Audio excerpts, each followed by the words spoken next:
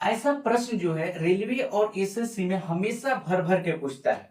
और देखिए ये क्वेश्चन इतना बड़ा है लेकिन ये बनेगा मात्र 2 सेकंड में। अगर हम इसका कंसेप्ट अगर बता दें तो हमेशा ही ऐसे प्रश्न को आप 2 सेकंड में ही बनाइएगा। और एसएससी ने भी बोल दिया है कि अब आपको 15 मिनट में 25 क्वेश्चन को सॉल्व करना है।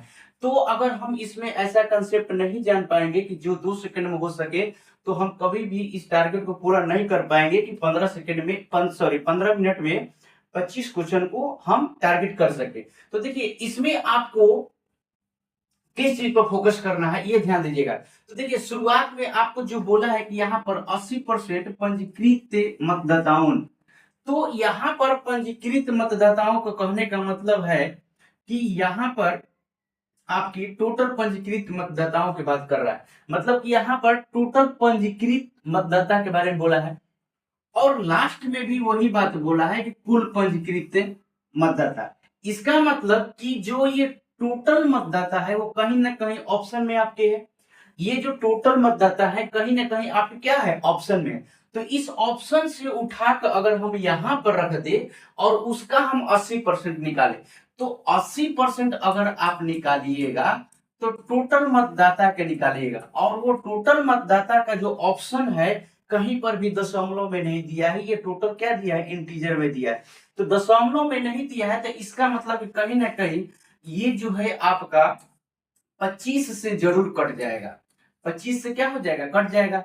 तो 25 का डिजिबिलिटी रूल यही कहता है कि लास्ट का जो 2 डिजिट है वो 25 से कटना चाहिए। तो देखिए ये चारों ऑप्शन में ऐसा कौन सा ऑप्शन जो है जो 25 का मल्टीपल है। तो देखिए ये नहीं है, ये भी नहीं है, ये भी नहीं है, तो ऑप्शन क्या है आपका डी। यही जो है आपका 25 का 25 से कटने वाली संख्या है।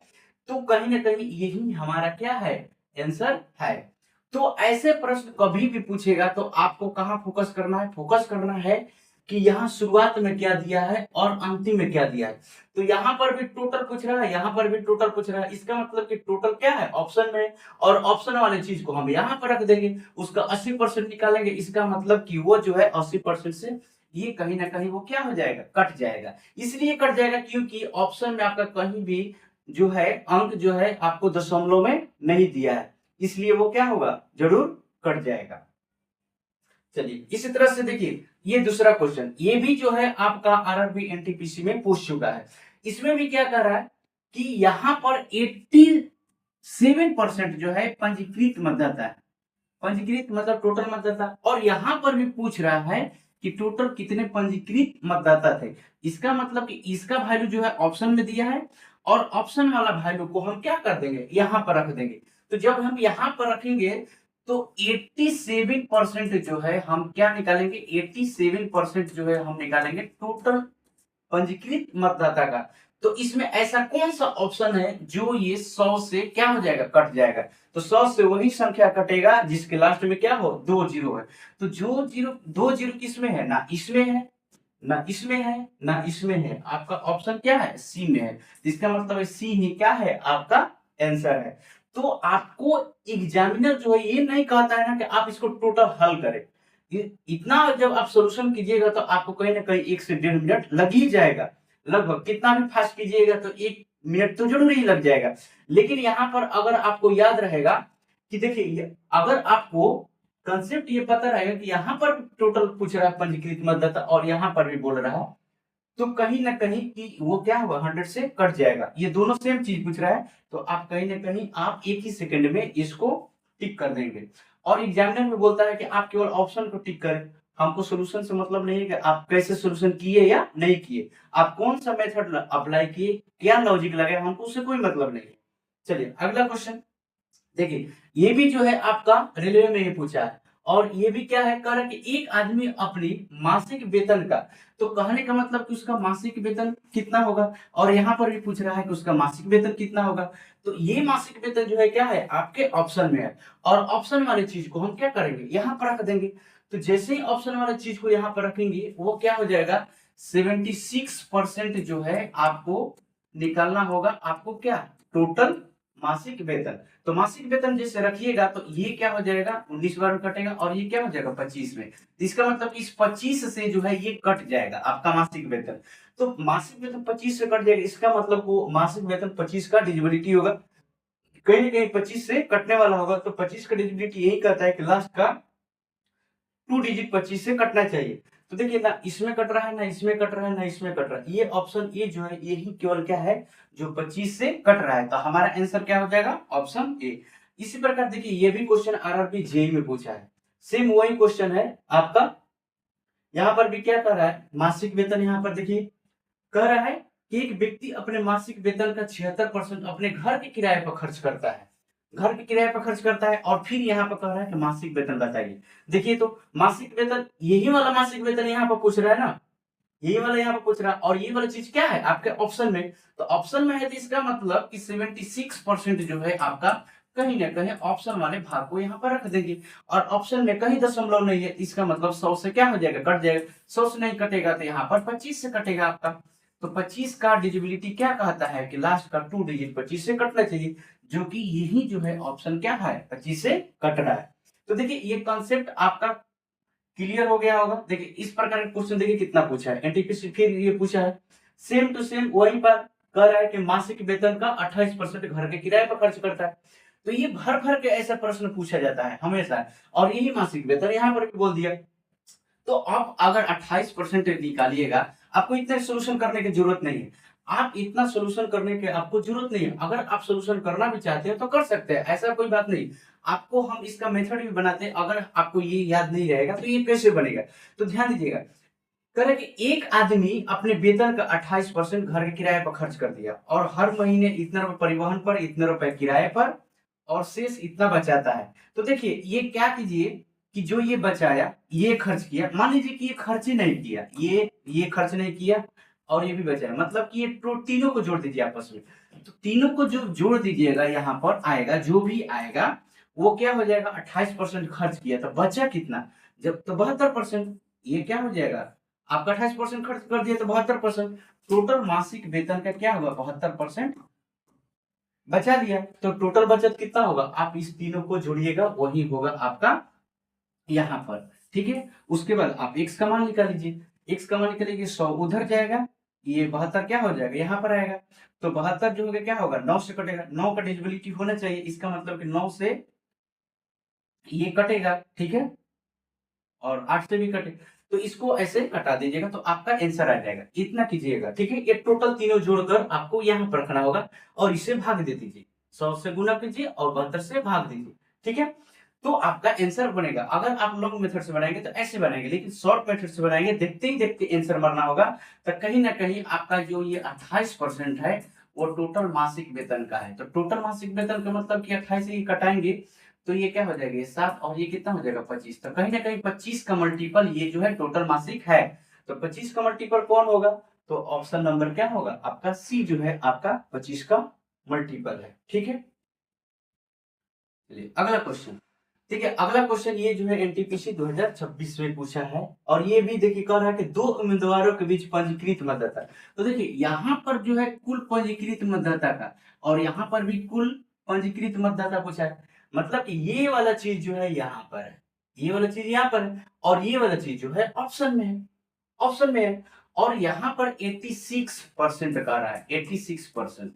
तो 86% जो है कहीं ना कहीं आपका ये जो है आपका किससे कटेगा, तो ये जो है आपका 43 हो जाएगा, और ये क्या हो जाएगा 50। इसका मतलब कि 50 से कट जाना चाहिए। तो 50 से कौन सा ऑप्शन जो है कट रहा है, ये ऑप्शन कट रहा है। तो देखिए ये आपको 1 सेकंड में ही बन गया, देखते ही देखते कि ऑप्शन में भी दिख रहा है कि ऐसा कोई दो ऑप्शन नहीं दे रहा है कि मतलब कि 50 से कटने वाला।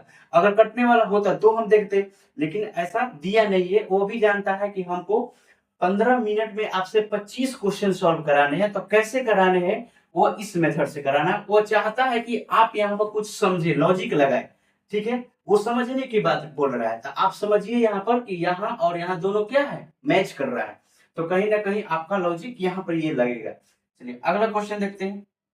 देखिए अगला क्वेश्चन ये, देखिए अगला क्वेश्चन अब उससे थोड़ा अलग है। ये ग्रुप डी में पूछा, ये कह रहा है कि पहले वर्ष में एक कस्बे की जनसंख्या 10% की वृद्धि होती है, और दूसरा वर्ष क्या होता है 10% की कमी होती है। और दूसरे वर्ष के अंत में जनसंख्या इतनी थी, तो पहले वर्ष की जनसंख्या कितनी थी। पहले मतलब पूछ रहा है, इसका मतलब कहीं ना कहीं आपको पीछे जाना है। तो पीछे जाने के लिए उल्टा गुना होता है। आपका देखिए टोटल जो है आपका जनसंख्या कितना हो गया, तो 47322 हो गया। तो पीछे जाने का मतलब कि पलट कर गुना होता है। इसका मतलब कि 100 बाई कितना हो जाएगा, 110 मल्टीप्लाई। ठीक है, मल्टीप्लाई। उसके बाद यहाँ पर जो होगा आपका 10% के कम नहीं, इसका मतलब कि 100 बटा में कितना हो जाएगा, 90। 90 हो जाएगा। हो जाएगा। तो अब देखिए यहाँ पर जो है ये कट जाएगा, ये भी कट जाएगा। ठीक है, आपका 2 को 0 कट जाएगा, एक और एक कितना, एक और एक, 2 0 कट गया, 2 0 कट गया। तो बचा कितना, 1 0 यहाँ पर, 1 0 दो को, और यहाँ पर कितना, 3 को। तो 3 0 जो है हमारा लास्ट में आना चाहिए। 3 0 जो है क्या होना चाहिए, हमको लास्ट में आना चाहिए। तो 3 0 जो है किस ऑप्शन में है, देखिए इसमें भी नहीं है, इसमें भी नहीं है, आपका इसमें है। तो कहीं ना कहीं आपका आंसर जो है यही वाला होगा, लास्ट में 3 0। तो यहाँ पर 3 0 काउंट कर लीजिए, 1 0 ये बचा, 1 0 ये बचा, और 1 0 ये। 3 0 और 0 किसी से कटेगा नहीं। 11 से अगर कटाइएगा तो ये तो 11 से कट जाएगा, 4302। फिर ये 9 से कट जाएगा,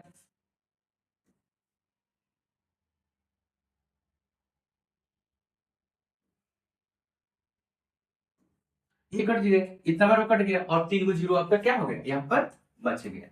तो देखिए 3 को 0 हो गया ना। तो आपको ये टोटल सोल्यूशन नहीं करना, देखना है कि हमारा कितना 0 कटेगा और कितना 0 बचेगा ऊपर। तो ऐसा लास्ट में अगर 0 दे रहा है तो हमको 0 ही काउंट करके क्या कर देना है, आपको आंसर टिक कर देना है। टोटल बनाने की जरूरत नहीं है, एग्जामिनर कभी नहीं कहता है कि आप टोटल बनाइए।